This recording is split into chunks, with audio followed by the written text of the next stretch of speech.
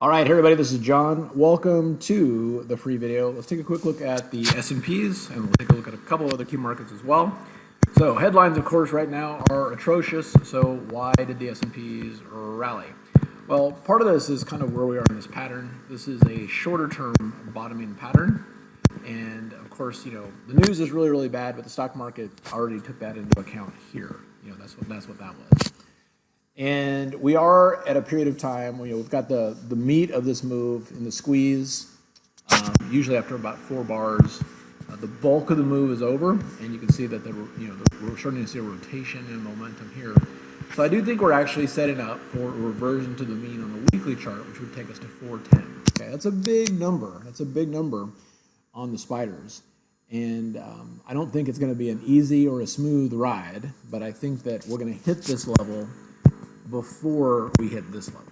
So in a perfect world, we kind of stair step back and forth into, let's call it end of August, early September, and then we start the next decline lower. So that's generally what I'm looking at in this current market. Big thing to keep in mind right now is that all the talks on inflation's done. Okay, oil, boom, coming off hard. Wheat, food, boom, coming off hard. So just keep in mind that we've passed peak inflation. The Fed is looking in the rearview mirror. They're seeing all these numbers that are based on this, and so they're still freaking out.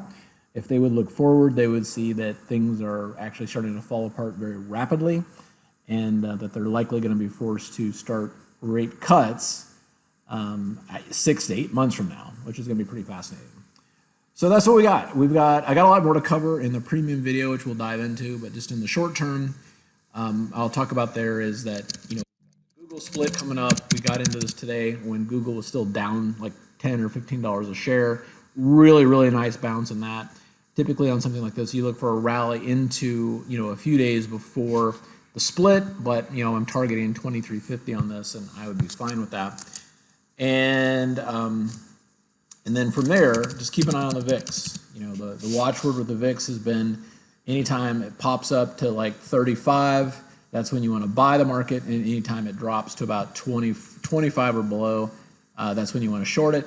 Right now we're kind of in no man's land, but we are drifting down to here, and at that point I would want to look to establish short-term shorts once again. All right, hope it helps. Have a fantastic rest of the day, and we'll see you at the next update. Hey, John here with Simpler Trading. Thanks for watching. If you enjoyed this video, comment down below and let us know what topic you want to see us cover next. Also, be sure to subscribe and click the bell icon so you can get notified when we release new videos. And if you want to watch us trade in real time using our own money, go to simplertrading.com and learn how to sign up. Good trading, and we'll see you next time.